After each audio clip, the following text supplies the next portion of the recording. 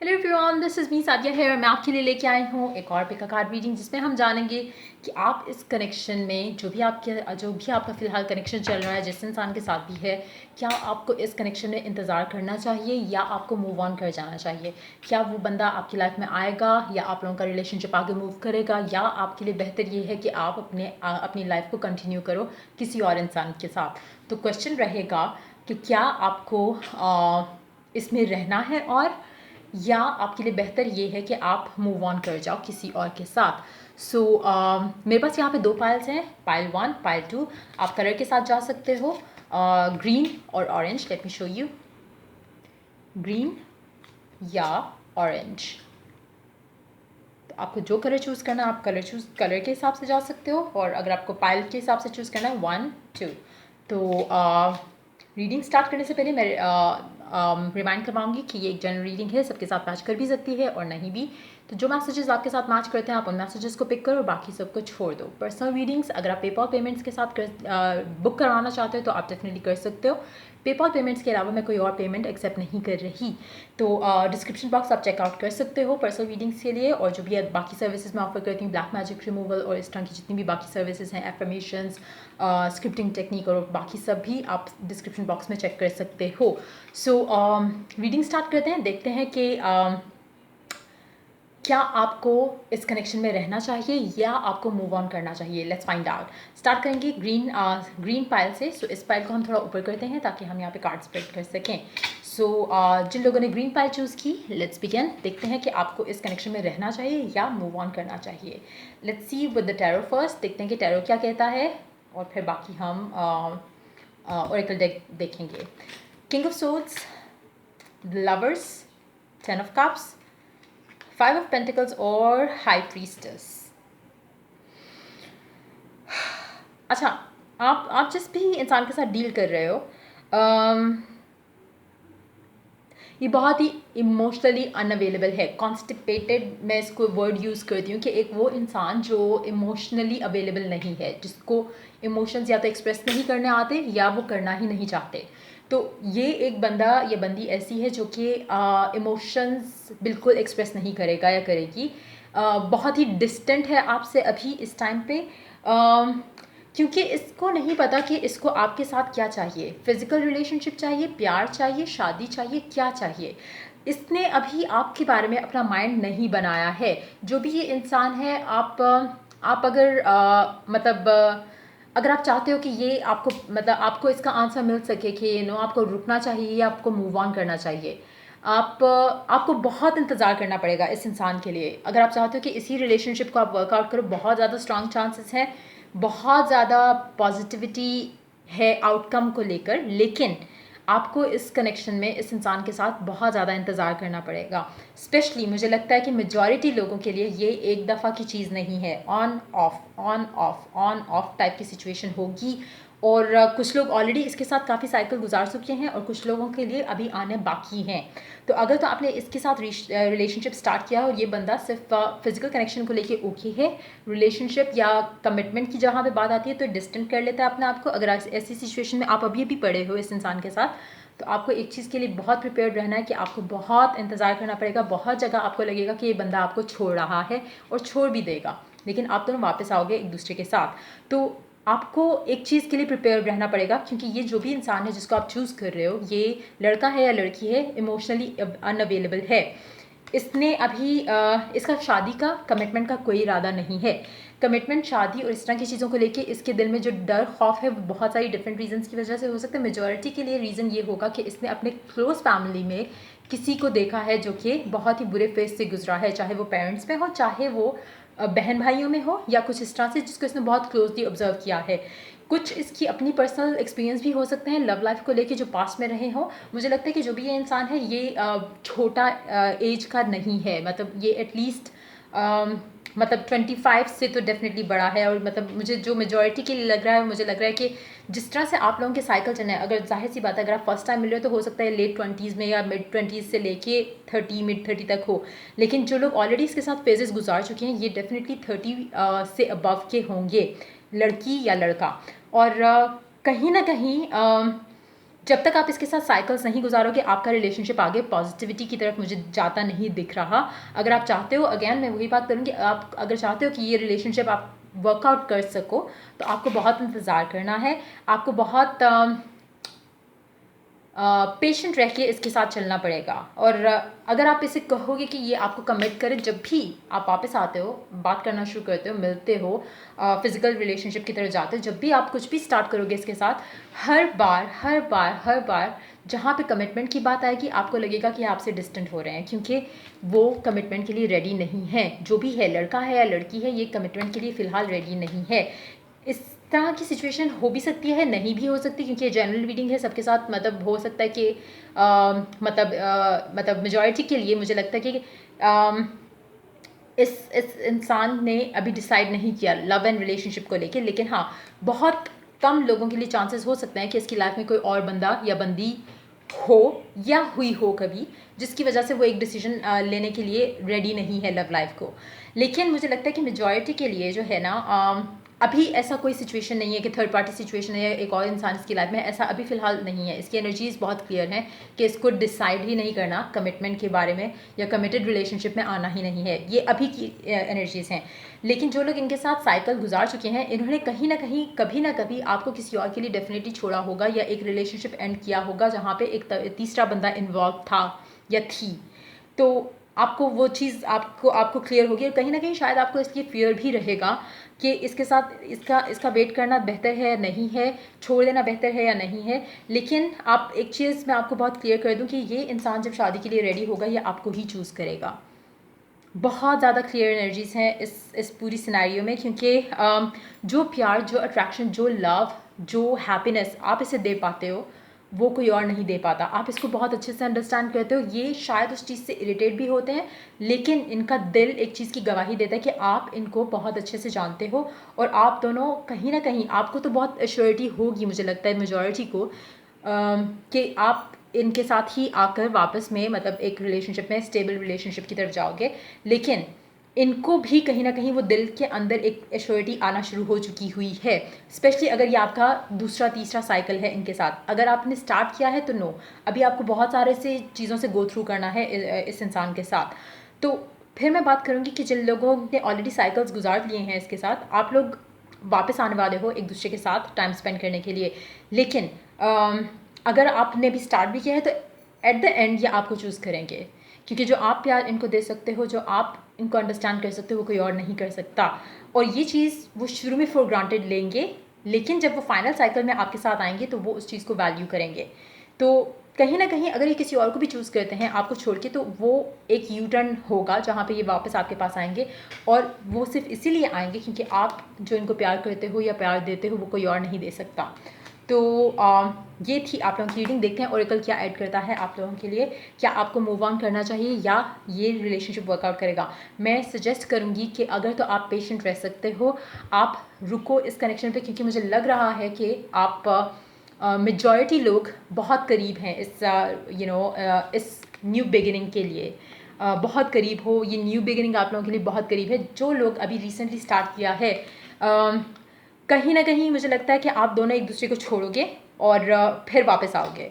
तो इवेंचुअली मुझे लग रहा है कि मेजॉरिटी के लिए एक रिकन्सिलिएशन मस्ट है, चाहे वो 1 साल बाद है, चाहे वो कुछ महीने बाद है। लेकिन अगर अब तो ये महीनों का सीन चलता है आप लोगों का, तो ये इसको भी टाइम लगेगा to be the one and the final thing. लेकिन अगर आप ऑलरेडी साइकिल्स गुजार चुके हो, साल गुजार चुके हो, तो फिर बहुत करीब है ये टाइम जब आप दोनों एक दूसरे से शादी करोगे या कमिटमेंट दोगे एक दूसरे को। तो हाँ, देखते हैं कार्ड क्या कहता है। ओरेकल कार्ड क्या ऐड करता है? Finances and career, financial issues are a factor in your love life right now. तो ये बंदा मेजॉरिटी के लिए या ये बंदी मेजॉरिटी के लिए अभी फाइनेंशियल इश्यूज को डील कर रहा है या कर रही है, या जॉब को या बिजनेस को, वो इनकी टॉप प्रायोरिटी है राइट नाउ। जैसा मैंने कहा था शुरू में कि ये बंदा अभी इनडिसाइसिव है कमिटमेंट को लेकर, कि इसे कमिटमेंट चाहिए या नहीं चाहिए, क्योंकि हो सकता है मेजॉरिटी के लिए रीज़न ये है, जैसा मैंने कहा, ये अभी सिंगल है। ये बंदा जो भी है अभी फ़िलहाल सिंगल है। लेकिन कुछ लोगों के लिए जिनका अभी फर्स्ट साइकिल है, ये बंदा डेफिनेटली आपको किसी और के लिए छोड़ेगा, लेकिन फिर वापस आपके पास आएगा या आएगी। तो कहीं ना कहीं अभी जो सिचुएशन है जिसकी वजह से आप दोनों के बीच में डिस्टेंस है और आपको कभी कभी लगता है कि मुझे गिव अप कर देना चाहिए, आप आप गिव अप करके भी इनके पास वापस आओगे। तो मेजॉरिटी के लिए मूव ऑन करना is not the solution.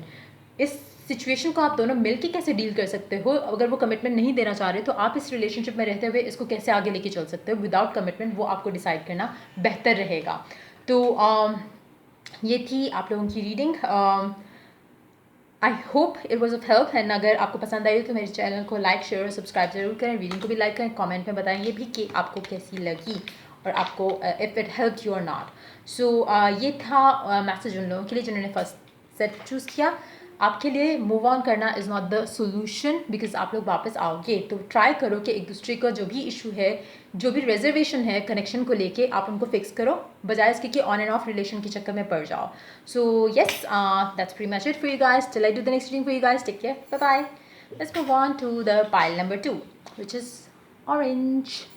Let's see, जिन लोगों ने ऑरेंज पाइल चूज़ किया उनके लिए क्या आंसर है। क्या आपको इस कनेक्शन में वेट करना चाहिए या आपको मूव ऑन कर लेना चाहिए? Let's begin. Two of Cups, the Fool, Magician, Nine of Wands and Page of Pentacles। आप लोग तो मूव ऑन कर रहे हो लेकिन आप लोग मूव ऑन करके क्या करने वाले, वापस आने वाले हो। आपको क्या चाहिए इस कनेक्शन में? आपको चाहिए कमिटमेंट, प्यार, न्यू बिगिनिंग। एंड अगर आपको ये इंसान अभी ये देने के लिए तैयार नहीं है तो आप क्या करोगे? आप भाग जाओगे इस रिलेशनशिप से, और फिर क्या होगा? फिर आप वापस आओगे। तो move on is not the answer, move on करना इज़ नॉट द सोल्यूशन। क्योंकि आप जब मूव ऑन करने का सोचोगे तो कहीं ना कहीं आप वापस इस इंसान का सोचोगे। आप हर दूसरे बंदे में या हर दूसरी बंदी में इस इंसान को ढूंढोगे, और जिसकी वजह से आप कभी मूव ऑन नहीं कर पाओगे। तो बेसिकली आपको जो चाहिए, आपको शादी नहीं चाहिए, आपको यही इंसान चाहिए और इसी से ही शादी चाहिए।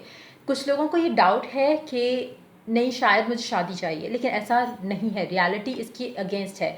अगर आपका कोई अच्छा प्रपोजल भी आता है ना, तो कहीं ना कहीं आप इस इंसान को उस नए प्रपोजल में ढूंढोगे, तो चीज़ें वैसे वर्कआउट नहीं करेंगी। आप कहीं ना कहीं शादी के लिए या प्रपोजल्स के लिए मना करते रहोगे, जिससे सिचुएशन आपके घर के लिए भी ख़राब होगी, आपके लिए भी ख़राब होगी। तो बजाय इसके कि आप उस तरह की चीज़ों में पढ़ो जहाँ पे आपको खुद लगे कि आप कंफ्यूज हो, कहीं ना कहीं आपका दिल करे कि हाँ मैं शादी कर लूँ, मुझे क्योंकि शादी करनी है, मुझे लाइक हैप्पी होम लाइफ चाहिए, फैमिली वाली लाइफ चाहिए, अच्छी पॉजिटिव एक सेटिस्फाइंग रिलेशनशिप चाहिए। आप अगर उस चीज़ के लिए भी मूव ऑन करते हो तो आप कहीं ना कहीं वापस आ रहे हो। मुझे लगता है कि चीज़ें या तो वर्कआउट नहीं करेंगी आपके लिए उस प्रपोजल में, कुछ ऐसा होगा जिसके बाद आप वापस इधर आओगे। अब उसमें दो चीज़ें हैं बहुत इम्पॉर्टेंट। पहला, आपका खुद के लिए डिसाइड करना कि आपको क्या चाहिए, वो आप ऐसे नहीं कर पाओगे। अभी जिस सिचुएशन में हो आपको लगता है कि आप पास्ट में से निकल चुके हो, एक्स को भूल चुके हो, रिलेशनशिप ख़त्म हो चुका है, अब आपको शादी करनी है या आपको एक नए रिलेशनशिप में चाहिए।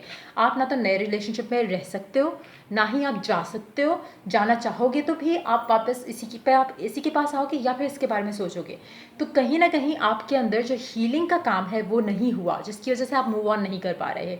अगर तो आप हीलिंग का काम कर लेते हो, अगर आप उस पास्ट में से निकल आते हो, देन आप शादी कर सकते हो, आप खुश रह सकते हो। लेकिन मेजॉरिटी के लिए जिन लोगों ने भी ये सेट चूज़ किया, मुझे लगता नहीं है कि आप उसमें से निकल रहे हो, स्पेशली आउटकम में भी आप उसमें से नहीं निकल रहे हो।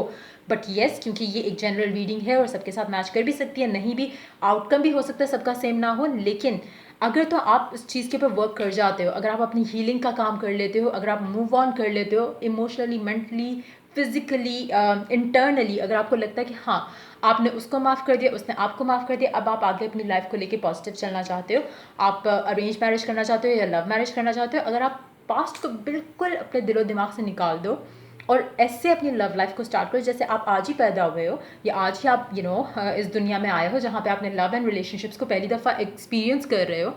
तब यानी कि एक अगर आप स्क्रैच से स्टार्ट करते हो, ज़ीरो से स्टार्ट करोगे, तो पॉसिबिलिटी है कि आप इस रिलेशनशिप से मूव ऑन कर जाओ। आप इस बंदे के अंदर से निकल कर आप किसी और के बारे में कुछ पॉजिटिव सोच सको। लेकिन लग नहीं रहा मेजॉरिटी के लिए, आप वापस इस इंसान को देखोगे, आप हर इंसान में इस इंसान को ढूंढोगे, जो कि गलत है। क्योंकि या तो आप डिसाइड कर लो कि ठीक है आपको यही चाहिए and then you can have it, लेकिन आप कहीं ना कहीं दुआएं भी जो है वो कंफ्यूज दुआएं करते हो कि शादी हो जाए, एंड देन फिर दिमाग में आपका जो है वो नई शादी चल रही होती है और दिल आपका कह रहा था कि नहीं शादी तो मुझे उससे करनी है। तो मतलब वो एक चीज़ को क्लैरिटी में लेके आओ पहले कि आपको क्या करना है। हीलिंग का काम करो पहले, मेडिटेशंस कर सकते हो, अपना ताल्लुक़ बना सकते हो, स्पिरिचुअलिटी में आप थोड़ा आ सकते हो। अगर आप वो सारी चीज़ें कर लेते हैं, आपके लिए लाइफ आसान हो जाएगी, आपके लिए अपना फ्यूचर आप जो है वो आसान कर सकते हो, अपनी लव लाइफ आसान कर सकते हो, जो कि अभी मुश्किल है। आपको आपको रियलाइज़ भी नहीं हो रहा कि आप पास्ट में स्टक हो। तो कहीं ना कहीं आपको हीलिंग का काम करना मस्ट है, अगर आप चाहते हो कि आप मूव ऑन कर सको। और मेजॉरिटी लोग ये चाह रहे हैं कि हम मूव ऑन कर जाएं, हम ऑलरेडी टायर्ड है कि मतलब वो बंदा कमिटमेंट नहीं दे रहा या शादी के लिए राज़ी नहीं हो रहा, मैं आगे मतलब किसी के साथ और शादी करना चाहती हूँ, लेकिन कोई भी चीज़ वर्कआउट होते हुए नहीं दिख रही। तो कहीं ना कहीं हीलिंग इज़ अ मस्ट। आप अपने आप को टाइम दो, अगर हो सके तो बेस्ट आपके लिए ये रहेगा, स्पेशली अगर आप मूव ऑन करना चाहते हो। अगर आप मूव ऑन करना चाह रहे हो तो आपके लिए बेस्ट ये रहेगा कि रिलेशनशिप्स के अंदर से फ़िलहाल ब्रेक लो। जब आप ब्रेक लोगे, जब आप रिलेशनशिप्स को अपनी लाइफ का हिस्सा हटा कर मतलब आप अपने किसी और एरिया पे फोकस करो, चाहे वो जॉब है, करियर है, फैमिली है, कोई पैशन है आपका, जैसे मतलब आर्ट्स में पैशन है, किसी और चीज़ में पैशन है, सिंगिंग में है, म्यूज़िक में है, यूट्यूबर बनना चाहते हो, कुछ भी बनना चाहते हो, जो भी आपका पैशन है, अगर आप अपना फोकस लव लाइफ से हटा के उसको देना शुरू कर दोगे तो कहीं ना कहीं आपके माइंड में वो क्लैरिटी आ जाएगी जो कि अभी मिसिंग है। जब आपकी वो क्लैरिटी आएगी, जब आप लव लाइफ से थोड़ा ब्रेक लोगे तो आपको खुद ही चीज़ें आसान होती हुई नज़र आ जाएंगी, आपको खुद ही से नज़र आना शुरू हो जाएगा कि क्या चीज़ ऐसी है जो आपकी लव लाइफ में स्टक थी, जिसकी वजह से या आप स्टक थे, और आपको एक क्लियर पिक्चर नज़र आएगी कि अब आप आगे कहाँ जाना चाहते हो। तब वो हीलिंग हो चुकी होगी, वो टाइम आप अपने आप को अकेले में दे चुके होगे, जिसकी वजह से आप सही डिसीजन ले सकोगे कि या तो वो नया बंदा चाहिए या तो वो आपको पुराना बंदा चाहिए। तो फिर आपके लिए लव लाइफ के डिसीजंस बनाना इजी होंगे। अभी आप चाहते यही हो कि आप मूव ऑन करो, लेकिन आप कर नहीं सकते हो, तो बेस्ट यही है कि अगर आप मूव ऑन करना चाहते हो तो डिटैच करो लव लाइफ से खुद को कम्प्लीटली, किसी और चीज़ के अंदर अपना दिल लगाओ, किसी और चीज़ के अंदर अपना फोकस लगाओ और तब डिसाइड करो। क्योंकि आप मूव ऑन नहीं कर पा रहे हो, ना ही कर सकते हो, अगर आप अकेलापन नहीं रह अकेलापन आपको मतलब वो करना है, थोड़ा अपने आप को आइसोलेट करना है, डिटैच करना है लव लाइफ से, अपना फोकस आपने लव लाइफ से स्विच करना है किसी और चीज़ के ऊपर, और तब आप मूव ऑन कर सकोगे इन रियल सेंस। अभी आपको लगता है आप कर चुके हो और अब आपको नया रिलेशनशिप आप बना सकते हो, लेकिन नहीं बना सकोगे। मैं एक ही चीज़ बार बार रिपीट इसलिए कर रही हूँ ताकि एम्फेसाइज कर सकूँ कि इंपॉर्टेंट क्या है और किस तरह से आप इस चीज़ में से निकल सकते हो। देखते हैं ओरेकल क्या ऐड करता है। It's time to disconnect from the world, it's time to disconnect from the love life. ये आपके लिए वर्ल्ड जो है वो आपका लव लाइफ है, क्योंकि अभी आपकी लव लाइफ आपका वर्ल्ड है पूरा, आपके जहन दिलो दिमाग में love life is the only thing. आपको उससे अपने आप को दूर करके किसी और चीज़ पे फोकस करना है। रिट्रीट आप कर सकते हो, आप अपने आप को आइसोलेट कर सकते हो, सोच सकते हो, अपने आप को किसी और चीज़ में बिजी कर सकते हो। जब आप वो चीज़ें करोगे तो आपको एक क्लियर पिक्चर खुद के लिए नज़र आएगी, जिससे आप सही डिसीजन ले सकोगे। सो ये थी आप लोगों की रीडिंग। अगर आपको पसंद आई हो, अगर आपको इसने हेल्प किया हो, तो मेरे चैनल को लाइक शेयर सब्सक्राइब जरूर करें।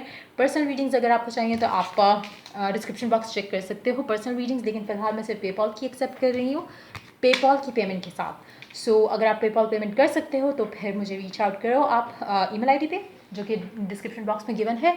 सो yeah that's pretty much it till I do the next reading for you guys. Take care, bye bye.